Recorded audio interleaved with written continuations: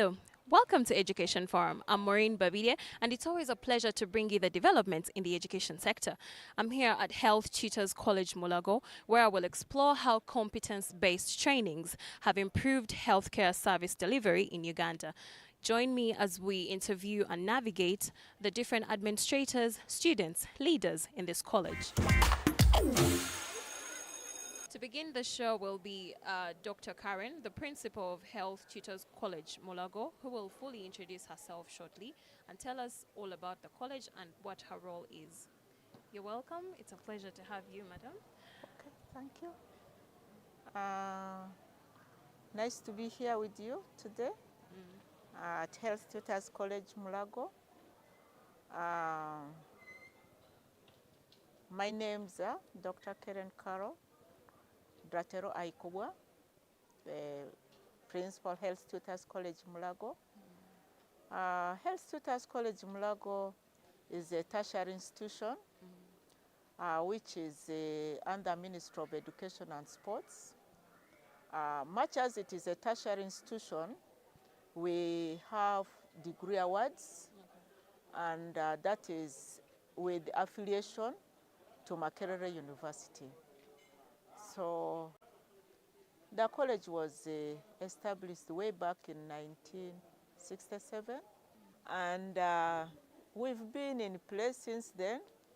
It was started to have nurse tutors in the country, because before that the country used to send nurse tutors outside the country for trainings, and when they realized that was very costly for the country, then they started the training in the country. That was in 1967, and by then the school was under Ministry of Health, and when it started, it used to have a small population of about 7 to 10 students at a time.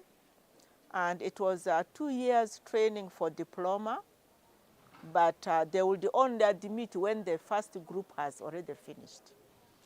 But today, we have grown. The college now has 3 programs which are on running. We have Bachelors of Medical Education, we have postgraduate medical education, and we have higher diploma clinical instruction. And soon we are starting a new program that is the Leadership and Management of Health Training Institutions program. So with those programs in place, our population has grown from a class of 7 to 14 students. Today we have a class of 50 to 100. And with that, you find the postgraduate class has more students, because now there's many students outside there who have done the bachelor's programs, and now when they come here, they only come for the pedagogy component. So their number is bigger than those who come for Bachelors of Medical Education. But the ones who come for Bachelors of Medical Education is a 3 years program. Meanwhile, the postgraduate is for 1 year. So you can also see why the other ones are more. Yeah. And it is a weekend program, the postgraduate medical education. So since it is a weekend program, it is more friendly for people who are working. And they can work Monday to Friday, and then they come here for a weekend program, and it's more friendly for them to be here with us. Unlike the Bachelor of Medical Education, which is 3 years program, and it is full time. So one must come and be here. Okay. And yet now the challenge we have, the Bachelor of Medical Education candidates, they are working under Ministry of Health. And now the schools are under Ministry of Education and Sports. So when they come for tutorship training, Ministry of Health looks at it that from here you are not coming back to us. So what are we going to benefit when you finish? So we are not releasing you to go for this training. Yeah. So it becomes a challenge.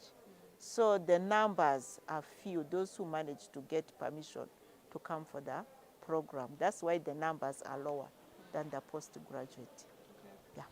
Now, Doctor, to most people, an institution like this one could be categorized under the Ministry of Health. To others, it could be categorized under the Ministry of Education and Sports. Yes. Which one do you fall under particularly? Okay. Thank you very much. Where we belong, we belong to the two ministries. Our mother ministry is Ministry of Health because we belong to health. But the fact that we are a training institution, we also belong to Ministry of Education and Sports. So we are in the middle. Yeah. Why do I say that? When it comes to practice, we use the health facilities for our clinical practice. And some of our supervisors also come from Ministry of Health. And at the same time, Ministry of Education and Sports is also our mother ministry at the same time because we are in education.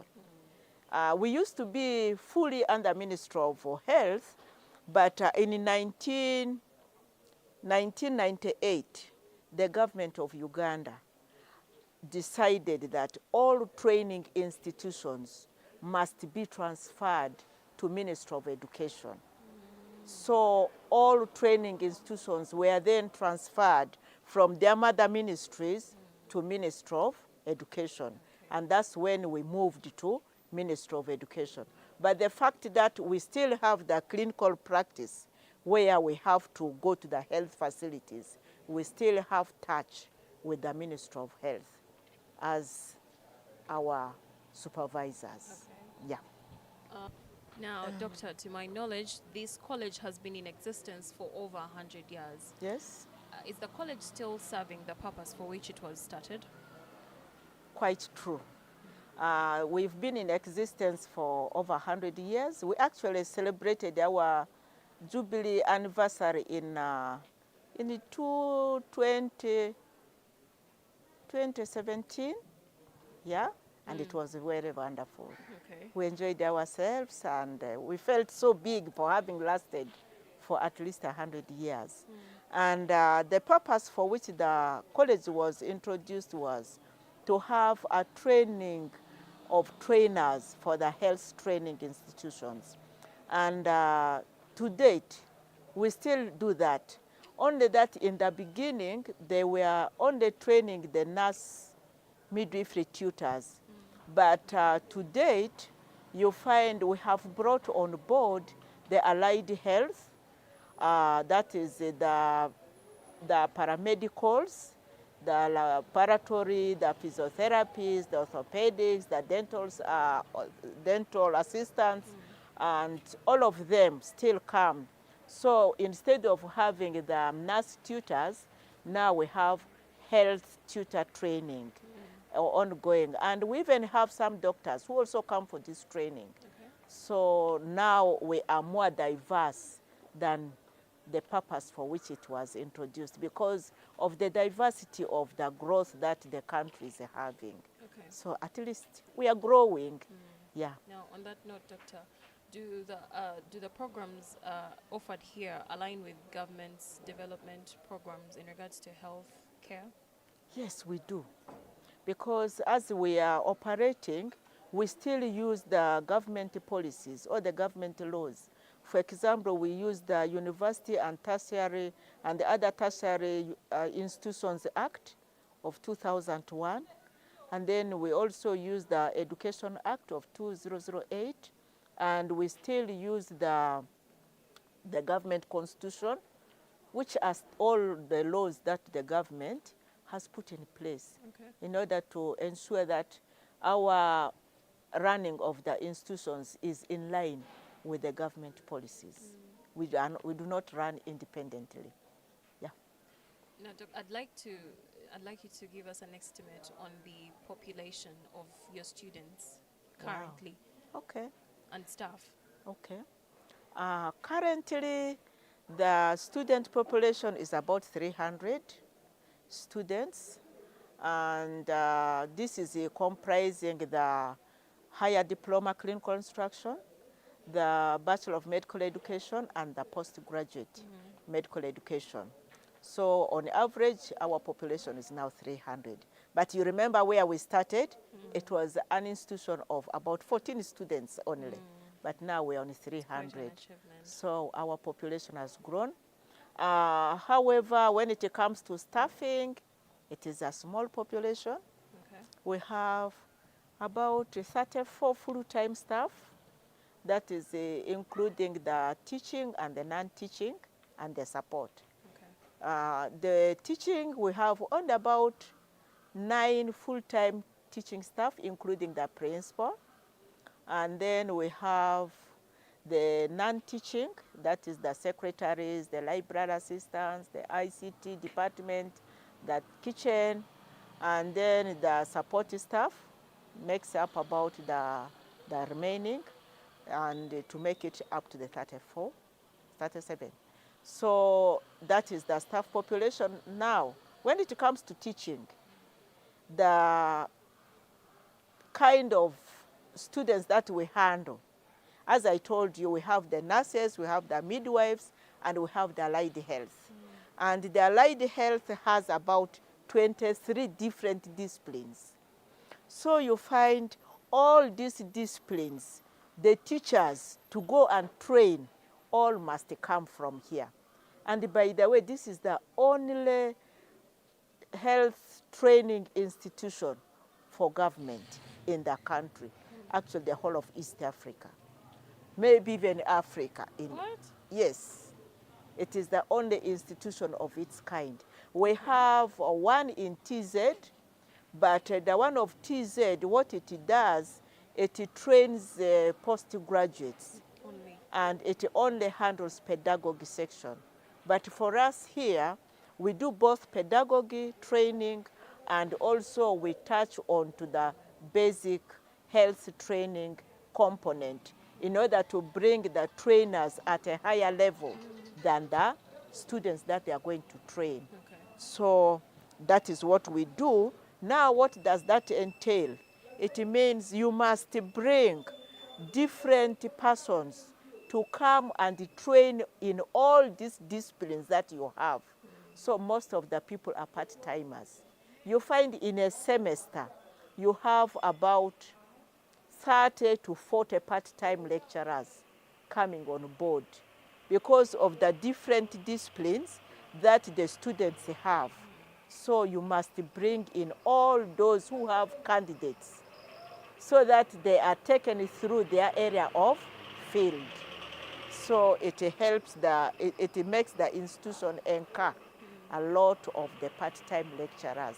And the challenge is the government cannot bring all these disciplines for full-time job. Why? Because you find some of the semesters, you don't have a course unit for some of the course units. So you'll find that teacher remains redundant for a whole semester without going to the classroom. So it takes us to more of part-timers. So when you ask about the staff population, I don't know which one I can give you. So it is a bit of a challenge. Okay. Thank you. Are there any long-term expectations and achievements you'd like to see the college achieve in the long run as principal? Now that things are changing, a lot is coming in place. We are having a lot of specialties in the health facilities. We are looking at changing from only training health tutors to also bringing on board training specialties in the health training areas. Because now, as we intend to grow in the college, we cannot only have one discipline which is running, because our target is to become independent tomorrow as a degree awarding institution, not to remain affiliated to another university forever. So as we plan to grow, we advocate to bring in more other disciplines for training so that we have a number of departments that can make up for a university. And then also our lecturers are also upgrading themselves to be able to handle the training of the different disciplines that we tend to bring in place. And currently, we have the strategic plan, which was a 10-year strategic plan, and it is expiring by next year. So right now, we are evaluating the strategic plan to see what did we do well, what didn't we do well, what next can we do. Yeah. So as we are evaluating, we are planning to see that we now bring on board other areas which we have not tackled to also boost us. And one of the good things which has come in the right time, the government recently phased out some of the PTCs, that is the teacher training colleges. So by good luck, the Health Tutors College was repurposed 2 colleges. That is one in the east, Bukedea, PTC, and then also in the north, that is Christ the King, PTC in Gulu. So we are planning to extend so that we have other campuses for the college. And once we have those colleges, then we shall be able to expand our services better.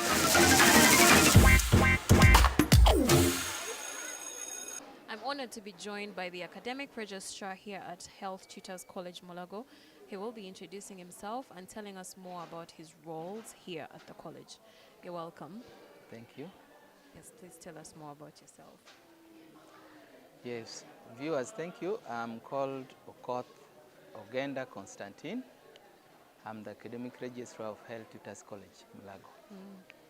Yeah, you're welcome. And break it down for us. What does your role entail? So as an academic registrar, there are 3 major roles. One,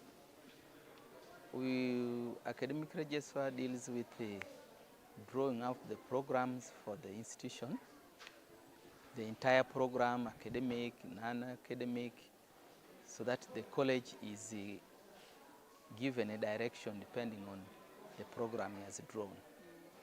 Then 2, another role is keeping records, up-to-date records of the institution, the records of the students majorly, their intake, their results, their performance, and all what is required about a student.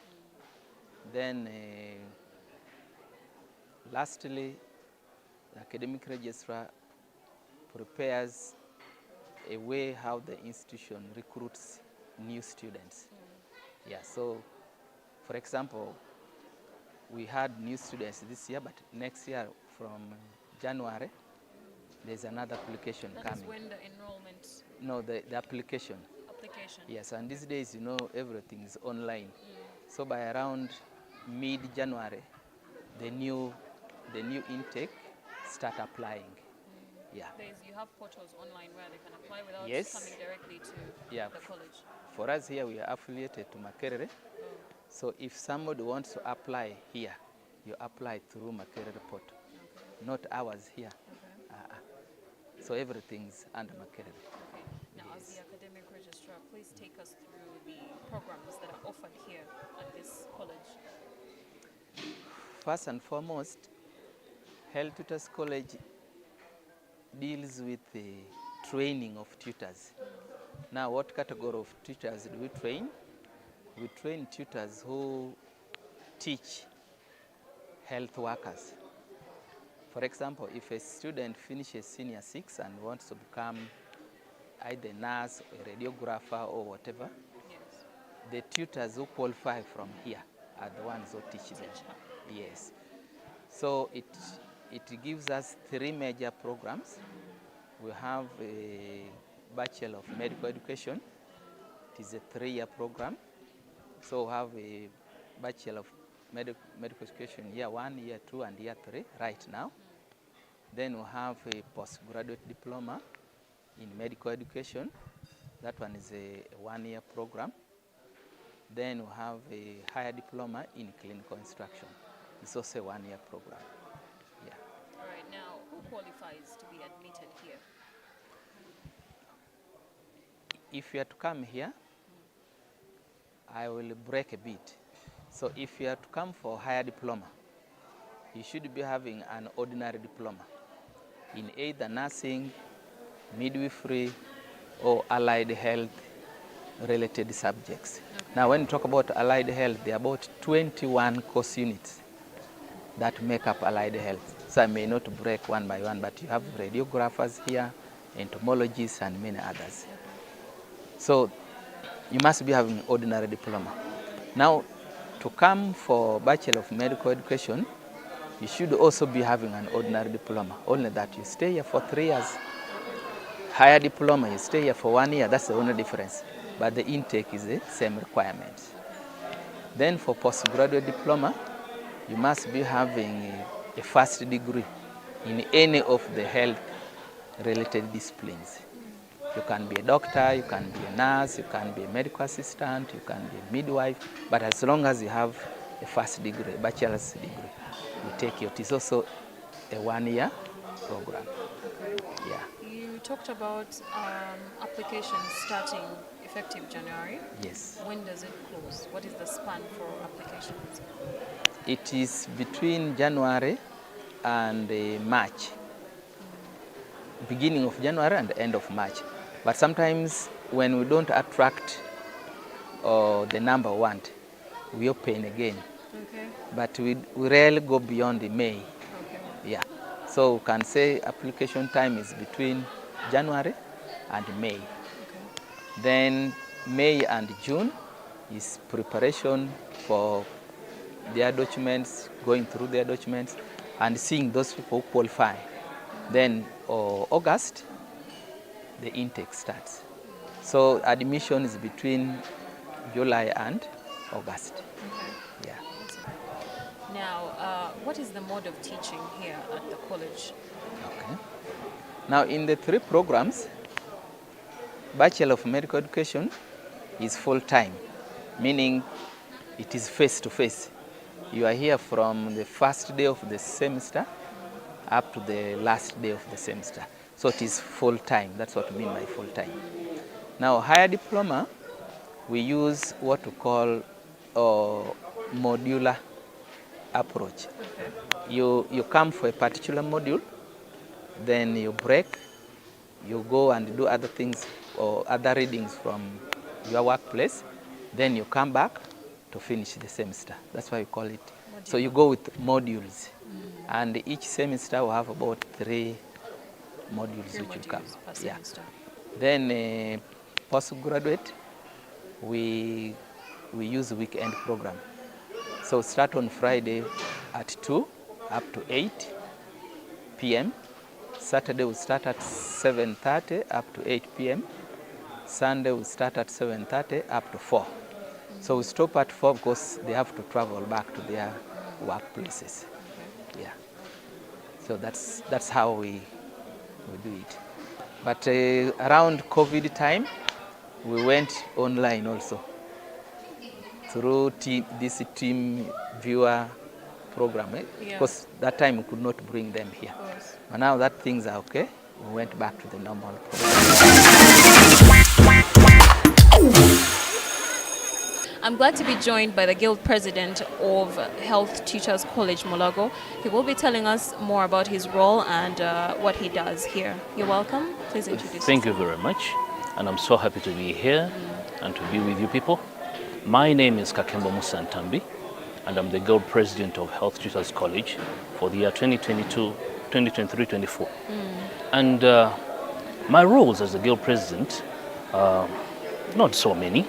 I'm the conduit of the students' body to the administration, whereby if students have an issue, they raise it through a number of channels, which I can detail later on, and once they reach me, I deliver them to the administration, and once they are digested by the administration, solutions can be discussed, and then the problems are solved. Now, That is one.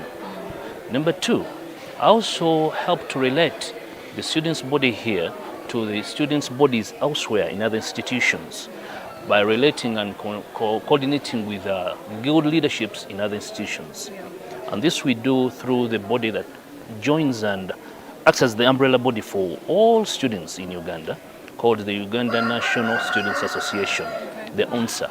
So through UNSA, we relate with other guild leaders to know if they have similar challenges like we do here, how do they go about them, so that we can also copy their approaches to solve the challenges we face here. okay. Yes. Now, we've seen in higher learning institutions, it's mandatory to have a guild president, but in your case, you're a medical guild True. president. This is typically a medical institution. What other role do you play unique from other guild presidents? Okay.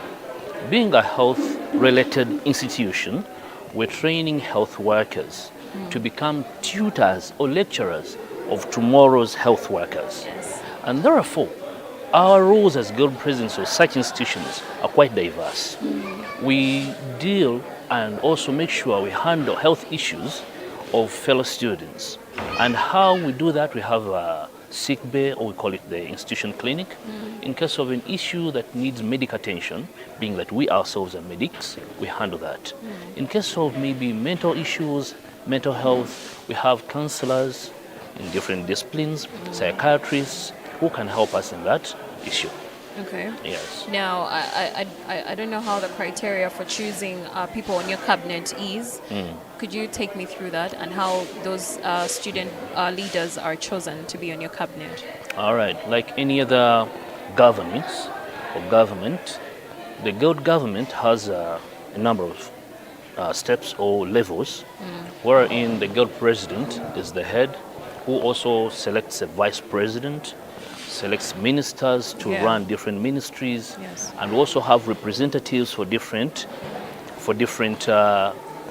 what we call constituencies. Yes. But these constituencies in our aspect here, actually the different disciplines, specialities like allied health, the nurses, the midwives, dentists, medical officers. We have those different disciplines that we call constituencies. So we relate with those and we appoint respective representatives for each.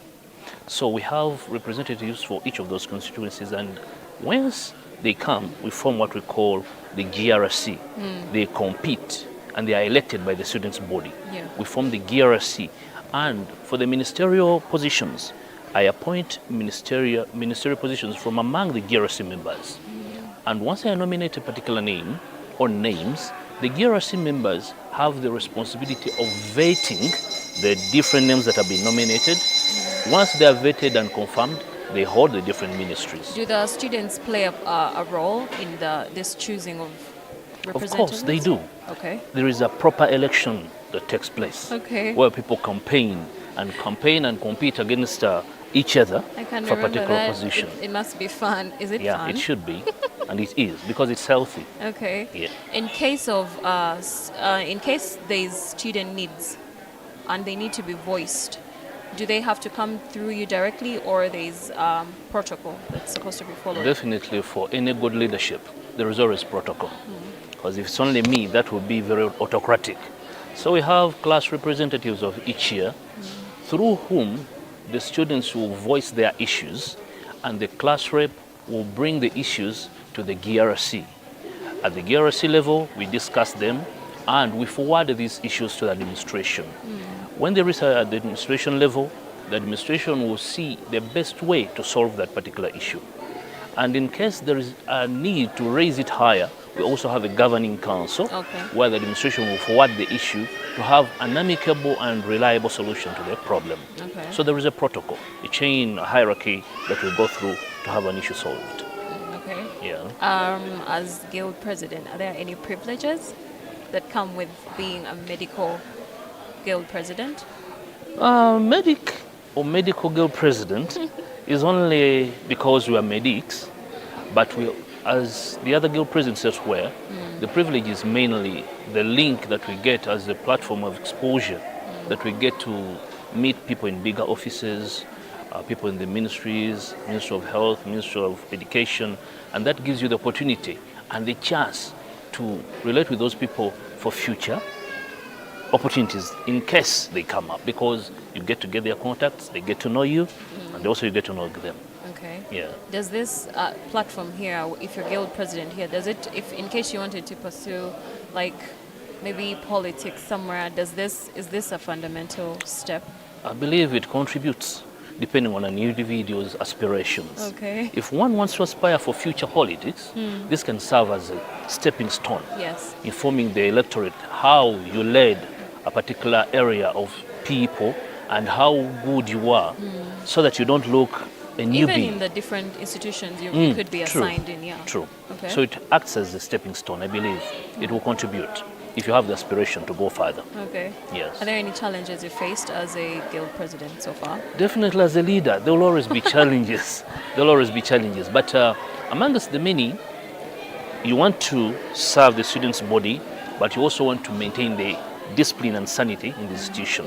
Sometimes students feel like you've not served their purpose so well. Sometimes they feel like maybe you're not delivering their issues. But when you try to elaborate your way of doing things to them, they finally understand. But as an individual, it challenges you. There will be some doubts here and there, but you explain to them and they will understand. As a leader in the college, how do you deal with indisciplined students? Luckily here at Health Tutors College, being an institution of health workers, we're all grounded in discipline. Okay, that's The good to know. ethics that is inculcated in us in our prior trainings helps us behave in such a mature way that it's not hard here. People Okay. are really disciplined.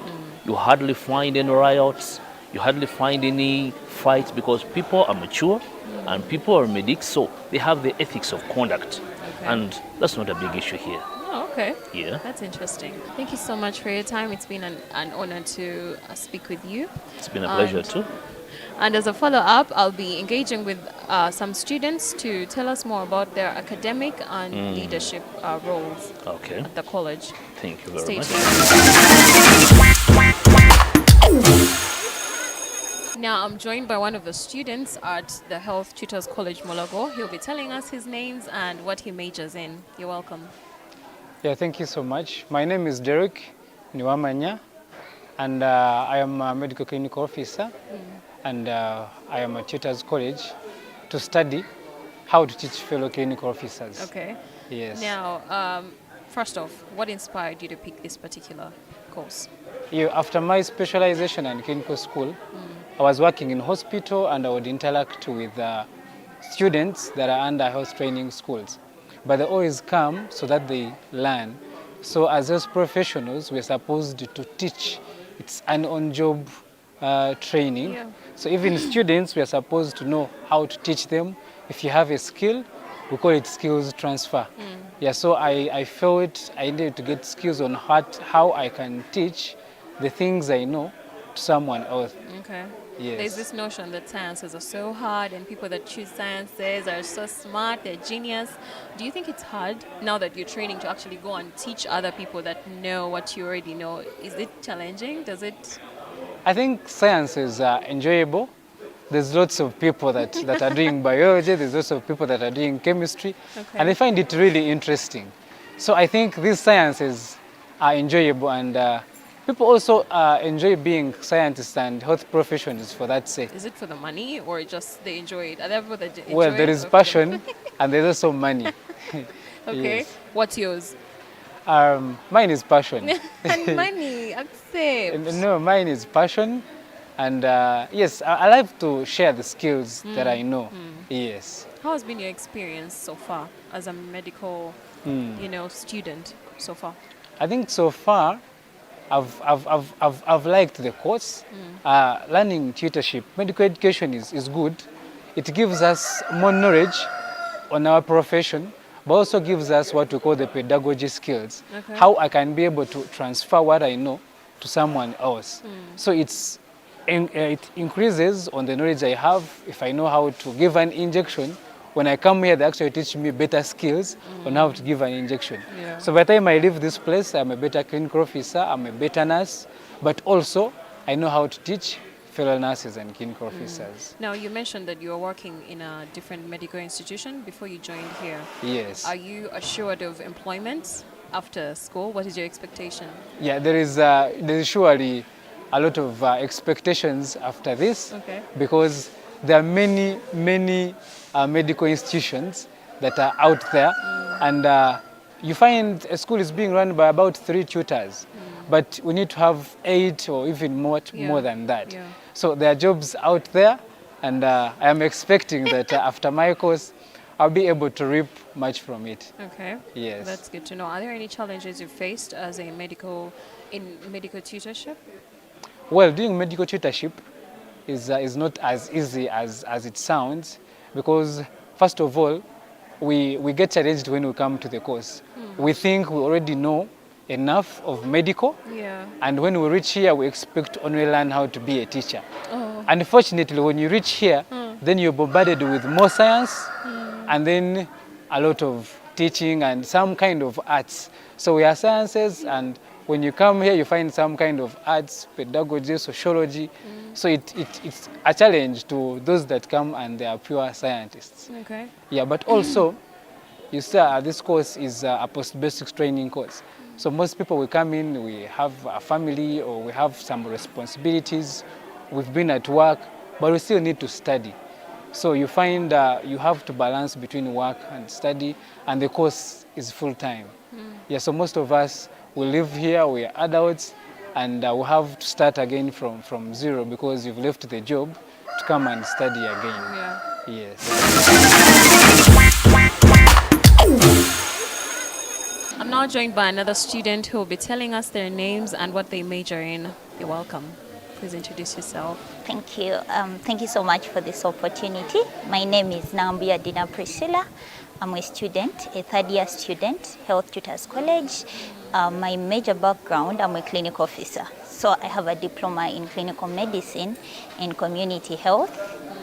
Yeah, and I am currently the governor, students representative to the Governing Council, Health Tutors College 2023-2024. How long does that course go for? 3 years. Oh yes, 3 years you mentioned. Now, I'd like to know, what has been your experience from the first year you joined, now you're a finalist. How do you feel? Oh, I actually feel so excited being my final year, Yeah. but as well, it hasn't been an easy journey, obviously, because being here, it means you have to leave certain things that you were previously attending to. Yeah. And yeah, it's so far been a little bit, up and down, but we've managed to come this far. Okay. Yeah. Are you the people that were sitting for your finals when we walked in? Yeah. Oh, that's interesting. Yeah. We are And doing fine. on that note, how has been this medical tutorship course for you? Are you excited to go and, extend your knowledge that you're acquiring here? Yes, I am so excited because before joining Tutors College, I was already teaching somewhere, and yeah, as a retained student, it feels like you feel like, okay, you can do it, but when you come to Tutors College, you basically get the skill. Yeah. Teaching is an art and a science in itself, Yes. so it's not all about going in front of students and delivering the knowledge that, it's more than that. So I'm excited. I've got a lot of skills, and yeah, they're really going to help in my delivery. You're ready. I am ready and excited. You're not worried about the employment scuffle going on outside there? On my side, I'm not worried because I feel like I've got the skill that is really needed out there. So if someone wants the skill, I am here. Okay. Yeah. Now, there's this narrative that goes around right from primary, secondary, all through uni, that sciences are meant for boys.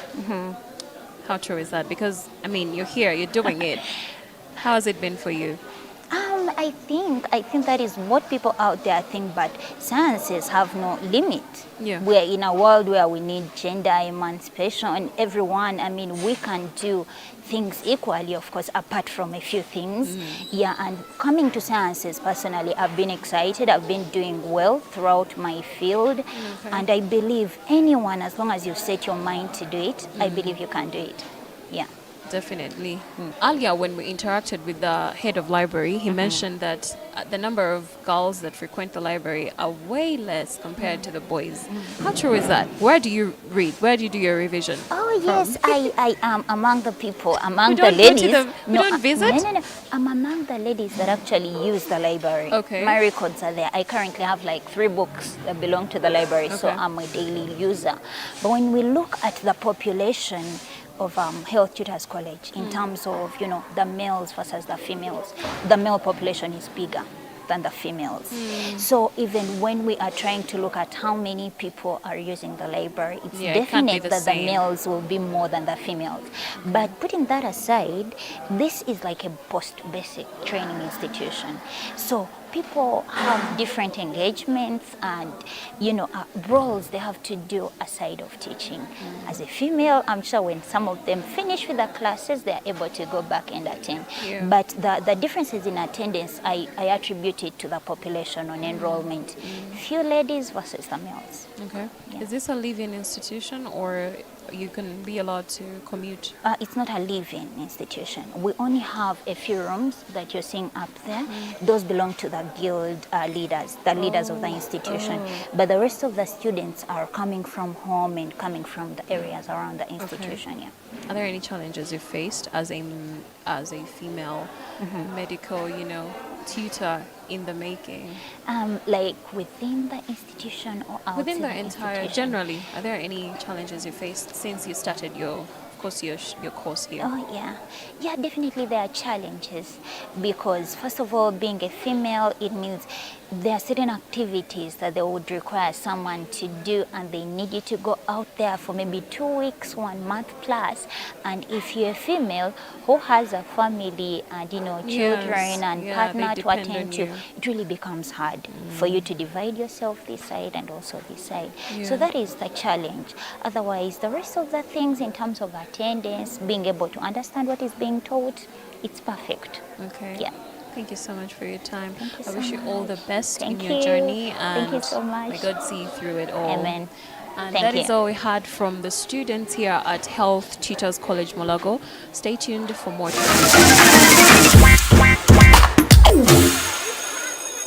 A library is known as a source of knowledge and information. Now I'm standing here at the college library in the section of medicine and related subjects. I have a book that caught my eye.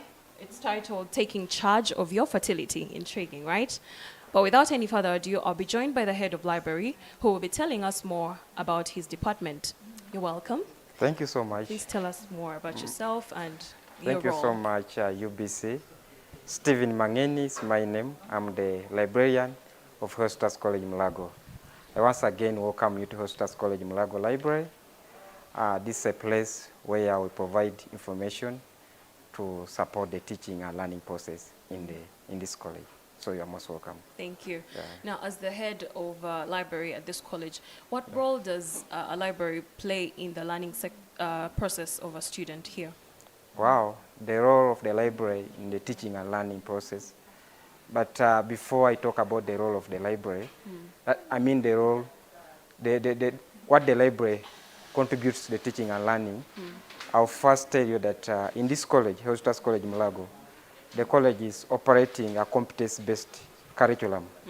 And with the competence-based curriculum, our library is designed to support the competence-based curriculum.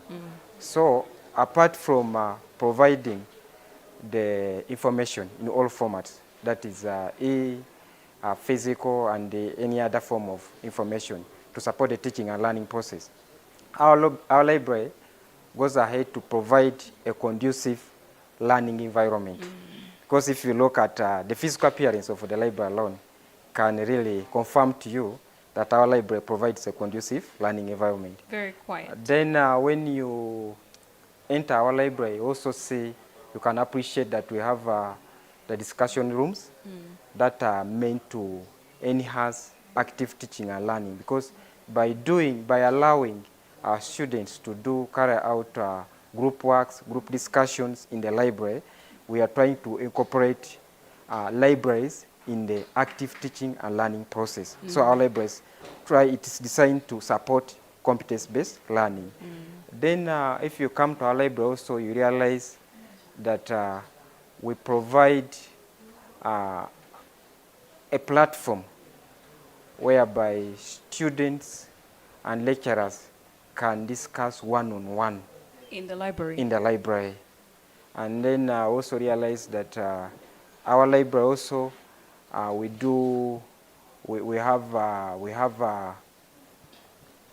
we have internet services that supports by providing information to the learners. So in that way, we are trying to support teaching and learning process in the college. Yeah. Okay.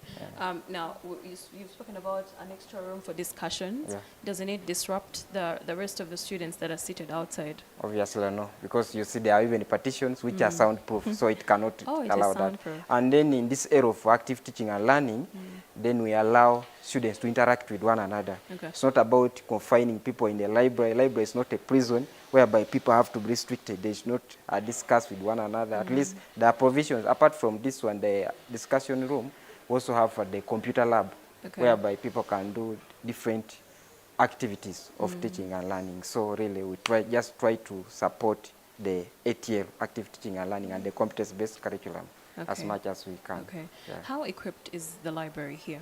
Well, our library is, also when it comes to the level of stocking in the library, of course the college administration has the budget for the library, Okay. and you realize that every year we buy books for the library. Also, it's restocked yearly. that caters for all subjects Okay. that are taught in the college.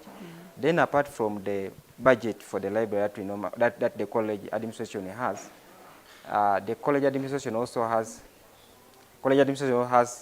some development partners that help in funding the library, and we get donations for the library in terms of books and even money.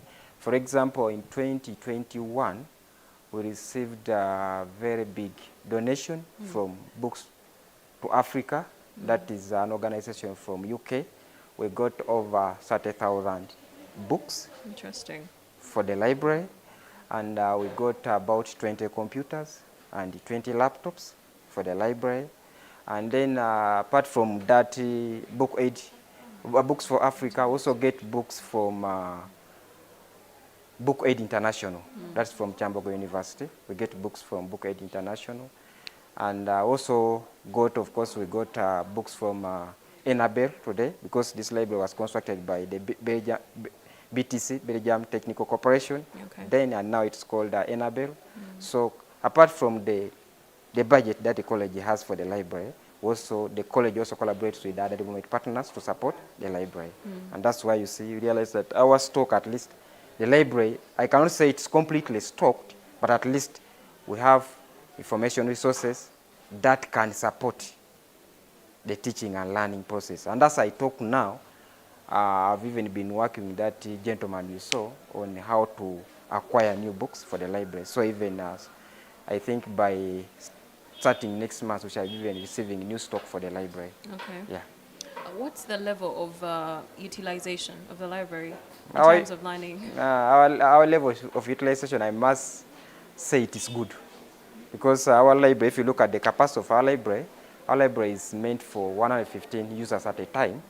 But you realize in a day, on average, according to our statistics, because we compile here statistics for the library, we get about 60 to 70 patrons.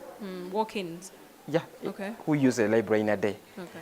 But then you also realize that basing on our programs, because we're having here 3 programs, the PGD's postgraduate diploma in medical education, who study over the weekends, then the higher diploma in clinical instruction, who are on a modular program. They come in intervals, they are not there full time. Then of course the BME, the Bachelor of Medical Education, who are there on full time. But then with these 3 programs, you realize the PGDs come on weekends, so they are not there during weekdays. But then the the bachelors of medical education, they are always there full time. But then during the day, like from morning up to 4, they are occupied in class. So the level of utilization of library is minimal. Okay. But then the evening, you realize evening time, our library will be full. That's why you see, if you look at our operating time, you realize our library opens at 8 a.m. in the morning and we close at 9 p.m. because we want to consider those people who, after their lectures, that's the time they'll be having to use the library. So in the evening, we're having here people who are using the library. Then over the weekend, we open from 8 and close at 6. So if during weekends, you realize our library is full. The users are there.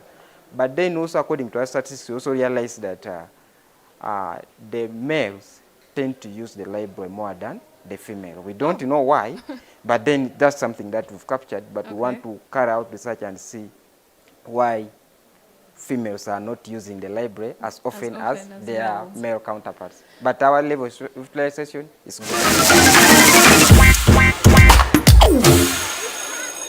I'm here at the Health Tutors College, the Skills Laboratory in Mulago, and I'll be interacting with one of the in-charges who will be telling us more about this place and what it entails. You're welcome. Please introduce yourself.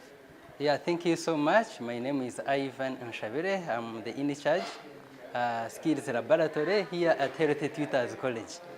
The Health Tutors College has got 3 laboratories. We have the midwifery laboratory, we have the allied skills laboratory, we also have the nursing laboratory. Maybe one would love equally to know what a skills laboratory in a training institution is about. Yeah. So when we talk about a skills laboratory in a health training institution, we mean a replica of a patient care environment.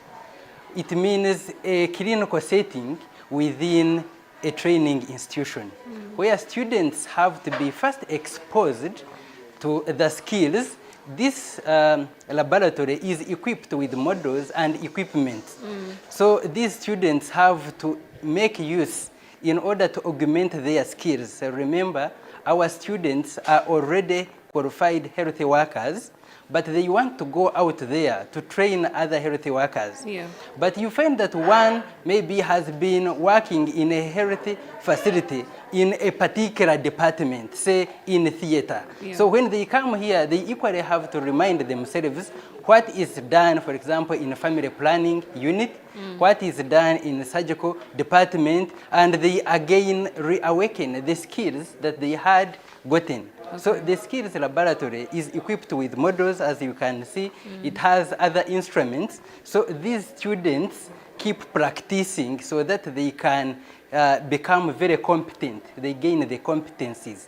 So that when they go out there, they are able to teach the young ones or other future healthy workers. Okay, because when I walked in, I saw various props. I'd like for you to take us through different props here, what they stand for, what they're supposed to teach. Okay, yes. As you can see, you have ever been to a clinical setting or a hospital. Okay. So this environment somehow resembles that environment in the hospital setting. So where you find, for example, patients. So this one is our patient. We take them to be models. And for example, this one, when our students are interacting with this model, we expect them to show the attitude and the skill they would use while interacting with the real patients when they go out there. So this model is handled the way they handle a patient. And then we can tell that this one student has got good attitude, and then we advise them on how they should go ahead so that they can transfer that when they start teaching other students elsewhere in the different training institutions. So you can see these screens, of course, they are to provide privacy. Then we have some of the equipment that and other models. For example, this one is a breast. If you touch on it and you feel it, for example, it resembles the real human breast. For example, if one is doing breast examination to see if one has got cancer of the breast. Then they have to start with this one and then see how A healthy breast. Film. yes, if it has some solid mass inside, then they can take. I'm joined by the Deputy Principal of Health Tutors College Mulago. He will be introducing himself and telling us more about his role. It's an honor to have you. Please introduce yourself. Happy to see you too. I'm Katumba James Davis. I'm the Deputy Principal of Health Tutors College Mulago. I've been in Tutors College from 2013 up to date. Okay. Yeah. What is your overall responsibility as the Deputy Principal? As the Deputy Principal, I coordinated activities. We draw programs before the semester commences, so that all these programs are programmed before time. And as we draw our programs, we'll liaise with the different stakeholders, the hospitals, the health training institutions where we send our students for school practice, Yes. the communities, so that all those activities can fit in within a semester, and they also fit in with the programs of our stakeholders. How long do the outdoor, I'd say out of school experience, when they go into the field, how long does that last? Is it like their internship? No,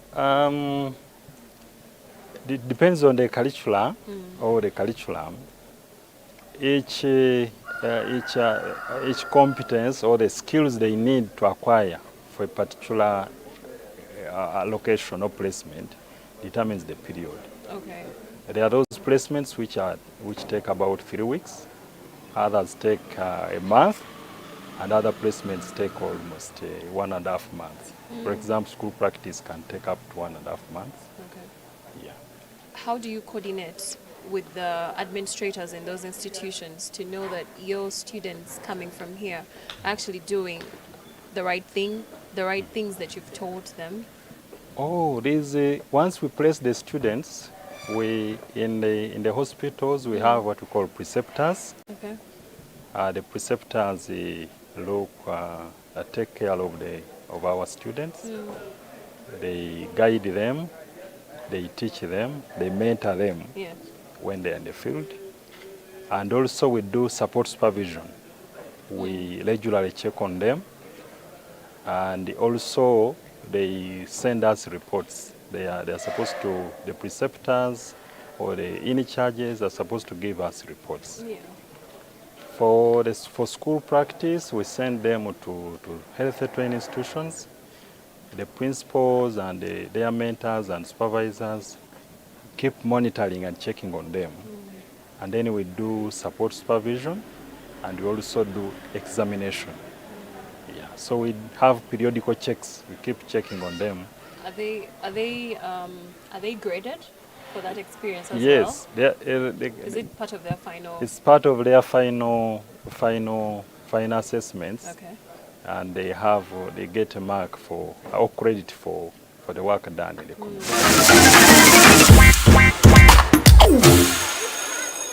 And that brings us to the end of this week's episode on Education Forum. Our focus today has been navigating medical and healthcare tutorship here at Health Tutors College Mulago.